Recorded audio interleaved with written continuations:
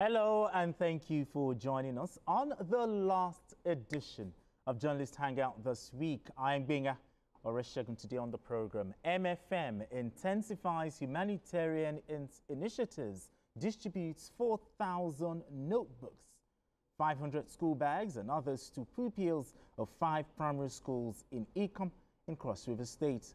Court affirms Senate's power to discipline members, convicts Senator Natasha for contempt. And later on the show, group urges INEC to jettison report on proposed delineation of Warri Federal Constituency. A public affairs analyst and co-convener of Warri Reclamation Trust, Bright Omagomi, will join us for the discussion. Well, I'll be hanging out with Kaede Ladende, while Babajide Kolade Utitoju joins us via Zoom from Kaduna. Journalist Hangout starts right now.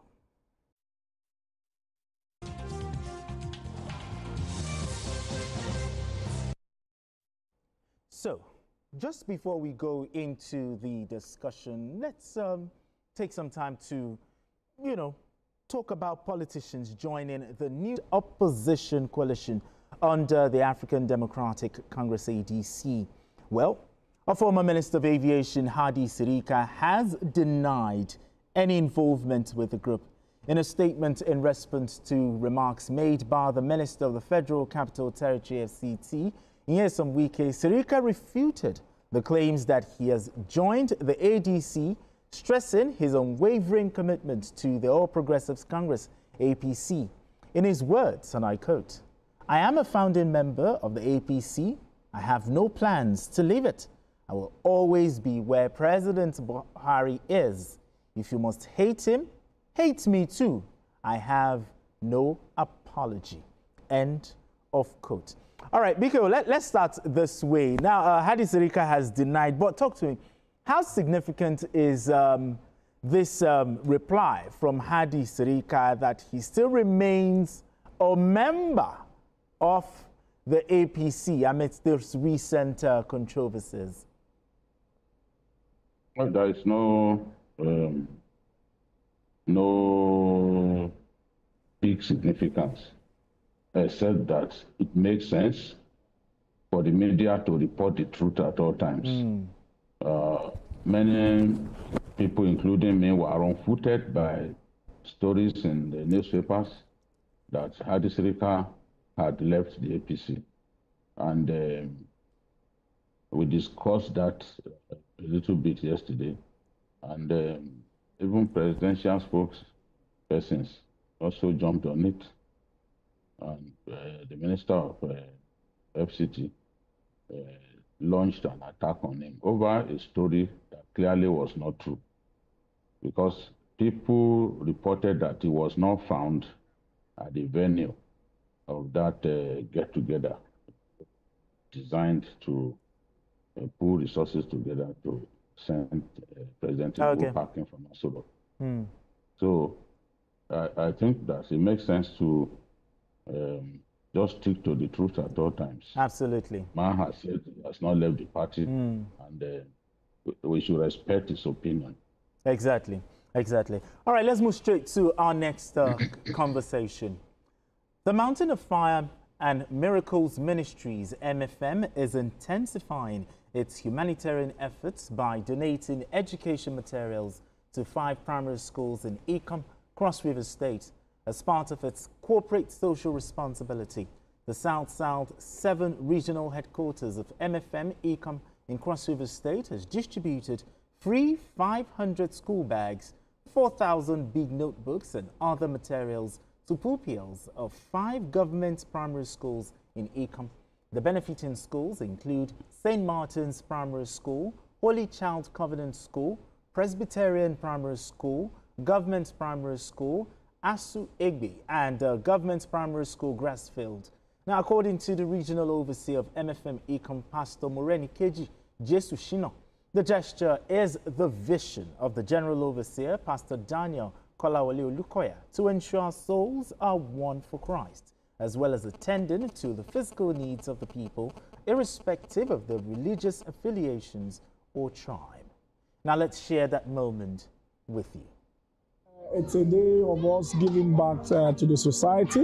I resumed in this church about almost 4 years now, and one of these days that there is no church activity, I was walking on the road and I saw so many school children with no school shoes, no school bag, no books in their hand, and they're actually going here. I was like, oh, what happened? They said because they don't have parents who could afford such. So I deeply feel that my Father, the Lord, is a giver, and He has taught me a lot about giving. So I decided that whenever God gives me the opportunity, I'm going to follow my Father's footsteps and also help to alleviate the suffering of the pupils in this Ecom town in Cross River State. And so far, so good. We've been able to do this today, but through personal efforts and through reaching out to friends and also my online covenant partners. And today, we've been able to give out 5,000 exercise book, 2,000 pencil, 2,000 eraser, 2,000 sharpener, and we have 500 school bags in all 5 public primary schools in Cross River State. Also take the footstep of our Father in the Lord, so He wants to give back to the society, and it's starting from the schools. Children that does not have bags, books, and biro, pencils, we are giving back to them. Very happy for your contribution to our school.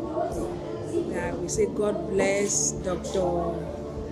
Pastor Odifania of Budget of Fire for reaching us. We are very, very grateful. I said it's the handiwork of God. If not, we should not have people staying on their own to take that decision to come and assist the vulnerables. Because our learners here are housemates.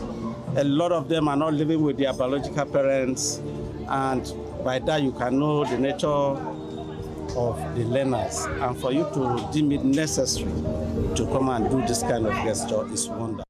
And this is beautiful, Kaide. It's always a thing of joy when religious outfits like MFM, you know, those things just to address critical issues like poverty, education, distributing bags. I mean, how impactful is this? It is. You know, naturally, some may want to say, oh, why is it in the media? You know, but the beauty of it is this is to also let people know that it sends a message of religious tolerance. It sends a message that I am not just someone who believes in education, talking about Dr. Lukoya. This is someone who made a first class, you know, and I'm not just a scholar.